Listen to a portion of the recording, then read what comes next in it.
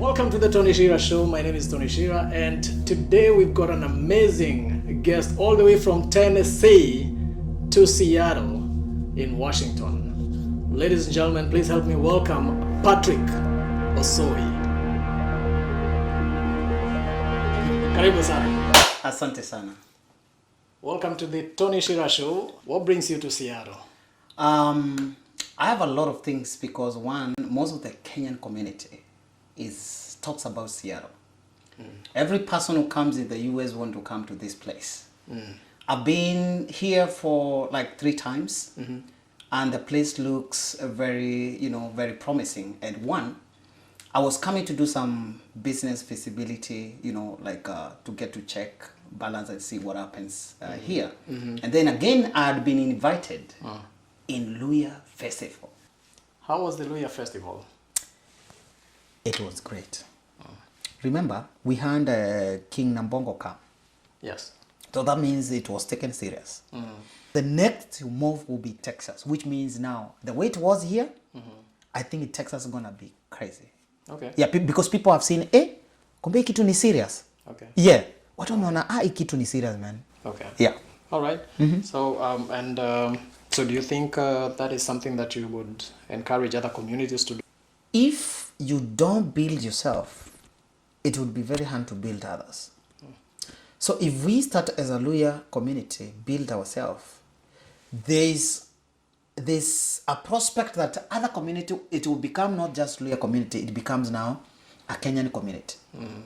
Right now we have Seattle community. We have Texas community. We have, it doesn't matter where you come from. Yeah. So when these people identify themselves from, the cultural values and unajua mwacha mila ni mtumwa. Wait, we'll get into that. Who is Patrick OSOI? Please introduce yourself to us and tell us who is Patrick OSOI from your childhood to your youth to your becoming an adult. Actually, my middle name is more of Kisi, is Patrick Nyambaka OSOI Ototi. The reason I call myself Ototi is to identify myself for the Molembe people, because OSOI is a Maasai name. I've already been accepted by Maasai people, the chairman of Maasai, saying that they need their name, and if not that, they need to give me leadership in Maasai land. So the Nyambaka, many people see this as a Kisi name. So I'm also accepted by Kisi people. Patrick OSOI was born in some place in Nakuru, I believe, and I grew up in different part of the country because my mom went to work in Embu County. My dad was in Nairobi. Okay. I had my shacks in Western Kenya. Okay. So I became that young man who was transversing from one point to another point. Perfect. Yes. Right. So where did you go to school? I was privileged to go to Chicago Boys High School. So I'm an old boy of Chicago Boys. Yes. Good job. Yes. Myself, I was there too. I'm an old boy of Chicago Boys. Wow. But that's a story for another day. Yes. Growing up, after high school, college, then getting to work, did you, can you tell us a bit about that? I would say that I wanted to do engineering because one, I used to make toys and all that stuff for the young men when I was growing up, and then I wanted to do engineering. Okay. And I was like, I want to deal with motors, with motor vehicles and all that stuff. Okay. So that I'd be selling them. That was not enough. When I finished my high school, I couldn't meet the crash point or qualify to join the engineering school. So I suggested I go back again to school. Okay. But things never worked out. It became a bit challenging because of the post-election. I was one of the people who were affected by post-election. And that is where now my dad and my family decided that this young man needed to do engineering. They suggested I join the National Youth Service Engineering Institute. Okay. So I joined the National Youth Service Engineering Institute. Okay. So my dream was shaping up. Right. But before I finished my engineering college, what happened that I got a privilege to join the military. Oh, okay. So my life starts there again. You're a KDF guy. I'm a KDF guy. Perfect. Not just KDF guy. I went so intense that I became a special force KDF. What do you mean by special forces? What do you Special is always special. When you... Okay, just break it. I'm a layman. Yes. What do you mean by special forces? So, would call KDF as elementary. Okay. Introduction of security matters, introduction to many of the things that are a bit basic to a soldier. Okay. So when you become a special force soldier, you are now above. You know, you are knowledgeable not just to the elementary of the security, but you become more of global sensitive. Okay. Because now you need to touch things like international counterterrorism, a lot of things that are involved there. So you become another kind of, you're shaped. Interesting. To another, yes. Interesting. Yes. Are you married? Tell us about your family. If you're married, any kids? Yeah, I'm married, and I married a little bit, long time. It's been a lot, maybe around 14 years. You've been married? Yes. 14 years. Yes. Now. How old were you when you got married? And actually, to make... How old were you when you got married? So I got married at 21. That is when I got married. Wow. And I did a wedding that was a mega wedding. Great. Yes. I was very optimistic about life. So Yeah. I exposed myself to the right people. Right. I exposed myself to the old people that were older than me. Okay. So they pulled me up and told me, OSOI, you know what? I think you're good enough to have someone around you. Okay. And that is why I ended up... early 20s, you get married. Yes. You've been married 14 years. Yes. Any kids? Yeah, of course, I've got 3 kids. My firstborn and secondborn are past 10 years. Now I have a young kid. Okay. Yeah, who now is the acting last. Acting last. Because you never know. You never know. That's a great one. That's a Yes. great one. Yes. Are they here in the US with you? Yes, of course. I actually came with my family here, and that is one of the things that I advise young men and people, that if you have to do something, always keep, a wife and family is like a wallet. You don't keep it far. You bring them close to you. So by all means, it is important to be close to your family. Talking about which I will ask. So why did you come to the US? I came to the US because I won a residence for 10 years residence. It was a coincidence because when I got married to my wife, she really wanted to work abroad. Okay. So we stayed over 10 years plus before we had a chance to come to abroad. So actually, my reason of coming to the US was to satisfy, the urge and the need of my wife. Okay. Yes. All right. So you quit work and joined your... No, I didn't. I didn't quit. What did you do? Circumstances forced me, actually, because I worked with the KDF, and after working with the KDF, God blessed me. I left KDF a little bit, and I was appointed to be, seconded to be in the National Intelligence Service of Kenya. Okay. So, it's good people to know me. So you worked as a spy? Yes, I worked as a spy. Okay. But I'm not spying on you, okay? It's important to know these things. Yes. So my life was very comfortable, I would say. And the fact is, our National Intelligence Service, actually, I want to commend them because they really pay their employees good. And those people, they do a lot of work. I don't want to go into that because I know it can be complicated. Yes. You've mentioned a wallet, and you refer to yourself as a global investor. If you check on my Twitter, it's now called X. Oma. Oh my God, these things keep changing. Yeah, Thank you. You guys, you guys in the media, you keep us updated. So, if you check on my ex, all right, and not your ex-girlfriend. Just messing up with you. I wanted to get there. So, all right. if you check, I called myself that name a little bit long time ago. That is, I'm a global investor and a global leader. Okay. So I didn't want to brand myself as a local person. Right. Because most of the things we limit ourselves. We have limited ourselves so much that. So I want to say that my interaction and my mindset is global. Okay. Yes. Okay. Yeah. Right. As a young person. Yes. And now that you've had those opportunities, you've worked in KDF, NIS, I believe you've done a couple of other things. Yes. You earned well, so you probably began investing a long time ago. Yes. What do you see as the place of the youth in this whole space? I'm so challenged, Tony. I want to say that I'm a little bit challenged because the awakening, we need to have an awakening of young men and youth to understand that we don't have to be, we don't have to be dependent on people to invest. Okay. Resource mobilization calls for people to come together. Actually, the first resource is people. Okay. Money has never been a resource. Okay. It's part of it is a product of a resource. Right. So if people, young people, can come together, join hands together, and focus, have a blueprint of investment, I can tell you we can blow the world. All right. Yes. So you see a future for the youth. You see a future for the young people. We have a challenge with the young people.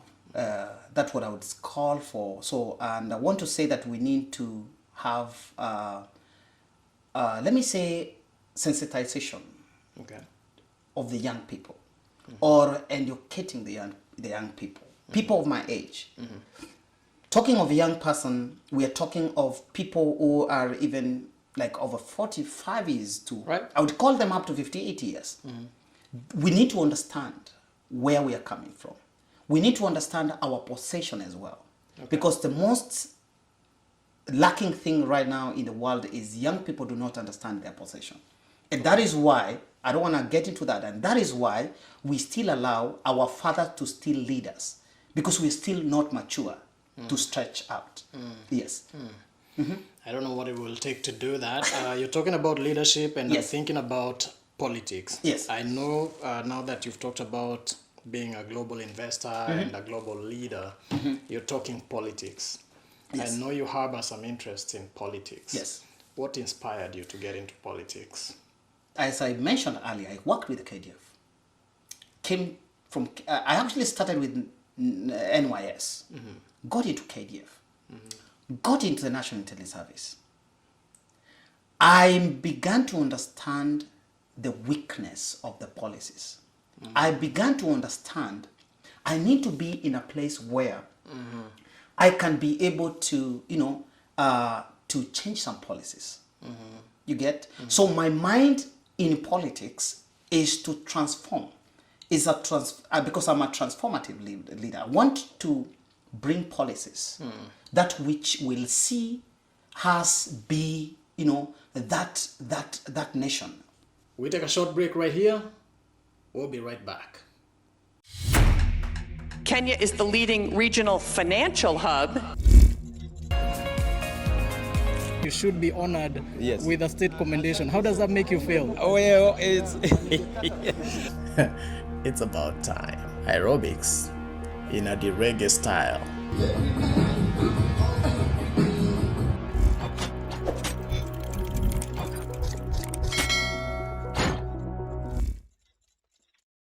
Welcome back to the Tony Shira Show. We continue with our guest, Patrick OSOI. I'm a policy changer. Okay. So that is why I want to be in politics, because I want to be part of the people or part of the system that changes the policy. Policies that are very favorable to the people. Okay. Yes. And do you see a place for the youth in being agents of that transformation that you're talking about? As a young person Yes, yourself. I'm very committed myself among other friends and people. And we have decided to deliberately have a call. Whenever the youth age, it doesn't matter what country you come from, it doesn't matter where you come from. I want to be that person who will be in the forefront to make sure that the young people understand their possession. Okay. It doesn't matter the cost. I have geared myself to make sure that at least the young people understand their possession. Yeah. Well, what are your top, let's say, 3 priorities when it comes to politics? What are your 3 priorities? I would say that my top 3 priorities in politics, one is policies. Okay. we do not have, especially in Kenya, every leader comes with their own policies. So we do not have policies that they are left from the previous government, that which guide the next government. Okay. So that it means that every 5 years or every 10 years, Kenya as a country will start afresh. Because every person is coming with their own policies. That's quite interesting. Yes. That's quite interesting. I mean, and I'm talking about that. I'm thinking about we've seen Kenya police now changing uniform, and they just changed the other day. We were barely. I don't even think they had completed all phasing out the older uniforms into the blue ones, and now they are changing again. Yes. Is that what you're talking about? Like every government comes into power, comes up with new policies. Yes. And we need to maybe like fence around some certain policies so that we guard good policies from previous governments. Is that what you're saying? You can imagine, even constitution is subject for people to think that they can change it whenever they want. There need to be a very intense process, not just people voting in and voting out and all that stuff. I understand there is a lot of things to be done. There need to be maybe for constitution to be amended and all that stuff. But what I want to say is that, like the Toje rules, because I come from the military background, we have Toje rules. I was just the other day I was just thinking, if we did not have Toje rules, especially when there was a transition of this current government, there have been a lot of shakeups.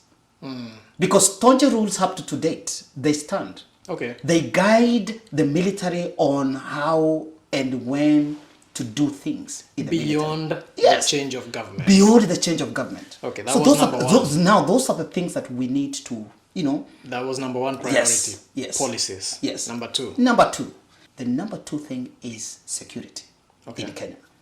I would want to say with no fear or contradiction that Kenyan government, whichever government has been there before, they have never invested in security.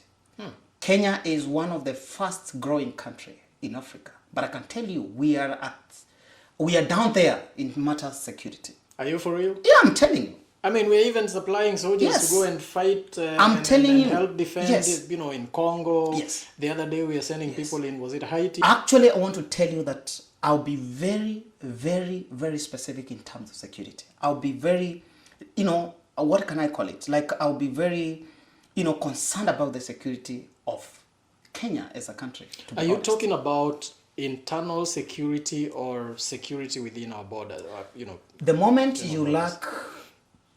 you lack internal security, actually do not even talk about external, because you're already naked. Right now, the world is so fast in terms of drones, in terms of cyber security and all that stuff. We are still struggling with some, corruption issues and all that stuff.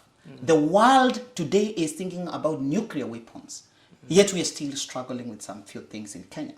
So I want Kenya, or I would really want the country Kenya and the leadership and the government of the day to focus on the security issues. Okay. Yeah. Right. Number three. Yes. There is a problem in resource allocation. We want to make sure that we have proper resource allocations. This helps the security sector. You get what I mean? Because corruption and insecurity, corruption and resource allocation is an aspect of security. Okay. Yes. All right. Yes. Interesting. I'm hearing you say resource allocation, and then going back to what you said, that money is not much the resource, but people. Yeah. So where is the nexus? Resource allocation comes from the people. Okay. It is not one person thinking about for the people. Right. It's people thinking about us. Okay. That makes a country thrive. Okay. You get what I mean? Makes sense. And again, what I want to say, that every government or any government you have ever heard about, even the government where we are, is a conspiracy. But you need to come up with a conspiracy that works for the people. It's a 50-50. It's a system that is a 50-50, that which caters for the people. Now, you've been away for a long time. Yes. I mean, in the time that you've been out of the soil, how exactly do you feel connected to the people as to understand exactly what's going on, such that you even feel like you have the audacity to represent them? One, I want to tell you, Tony, that social media has made the world to be a global village. Correct. You can dispense your wording. You can dispense what you want to dispense to the world from the comfort of your house. Right. So the social media has made things so easy. And that is where I'm clinging. I want to tell you that I actually invested in ICT, not because I'm an ICT expert, but I was foreseeing how powerful is a tool. And every person in the globally who wants to get into the leadership or any even business prospect, you have no way out unless you cling to the media. So I have so much respect to the media because I know the great work they can do and what they can do. Yeah. So what you're saying is that your connection to the ground is the social media. Yes. And you feel that that gives you sufficient knowledge of what is happening, that you understand what's happening. Of course, like right now we don't have, it's not the time of electioneering period. So you can go on the ground and trying to, meet people and all that stuff. But through the social media, I'm able to understand the problems affecting people from Vihiga County. I'm able to get to understand problems. Is that your county, Vihiga? No, do not say that. I'm just asking. I'm just. From the ground, from the social media platform, I'm able to know the problems affecting my country, Kenya. From the ground, from the comfort of my house, I'm able to know the global problems affecting the whole world. So I want to say that much of the things will be seen as we near the electioneering period. You see me, and you now see the work that we've been doing underground. So what position will you be looking for? Let me surprise you. When I was working with the National Intelligence Service, I would say that at my level, I was more than an MP in terms of the capacity that I had been given by the National Intelligence Service. Okay. So 2022, I wanted to go for elections and I wanted to contest for Vihiga County Senator. Okay. But things did not, it was not at that time because of some few hiccups here and there and also commitment with an organization here. Okay. So I didn't want to, to mess up on that organization. So I wanted to wait until some time. So I forewent that. Okay. So 2027. Now, is it safe to even say it now? Because it's fine. I understand. It's fine. I understand that the moment you say you're going to be running for this position, come 2027, and you've got 4 years to go. Yes. People start fighting you. Now that is. Are you safe? That is before you say it? Do you want to say it? That's the sweetness. Okay. So what position will you be running for? Now, in Vihiga County. Leave that a bit. I have come with the mind of revolutionizing Kenya as a whole. I speak more than 8 languages in Kenya, so I'm a real Kenyan. Okay. So what I want to saying that is that if all goes well and God blesses me, I want to tell you that I may be in a position to challenge my friend, the sitting president. Inside the Tony Shira Show, breaking news. Patrick OSOI will be running for president of the Republic of Kenya come 2027. We called it fast.